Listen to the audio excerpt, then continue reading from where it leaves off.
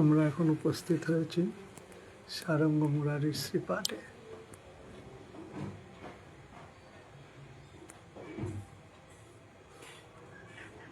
মুখে সিদ্ধ বকুল, সারঙ্গ মুরারির শ্রীপাঠ।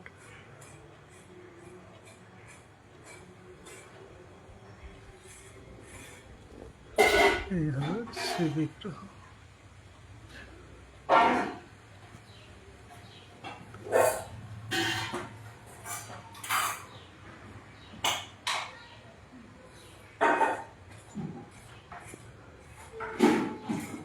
আর সিদ্ধ বকুল সারঙ্গদেব শিষ্য ছিল মুরারি।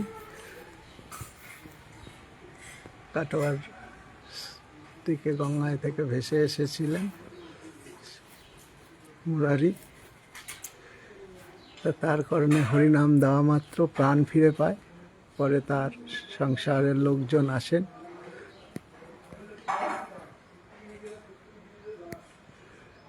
এসে তাকে ফিরিয়ে নিয়ে যেতে চায়, কিন্তু সে আর যায়নি, সে ভজন করে। বলছে পিতামাতা প্রাণ ফেরাতে পারলো না, সেই গুরুদেবের কৃপায় আমি প্রাণ ফিরে পেলাম কৃষ্ণ নামে।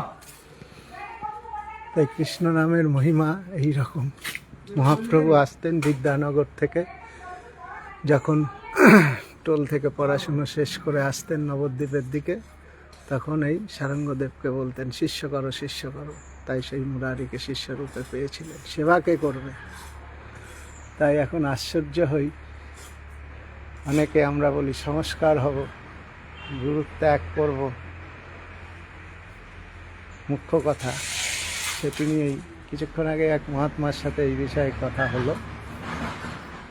ভাবনার বিষয় রয়েছে। এই হলো সিদ্ধ বকুল। দর্শন করুন, কৃষ্ণ প্রেম ভক্তি লাভ যেন আমার হয়, আপনাদের আশীর্বাদে করুন আপনারা প্রত্যেকেই।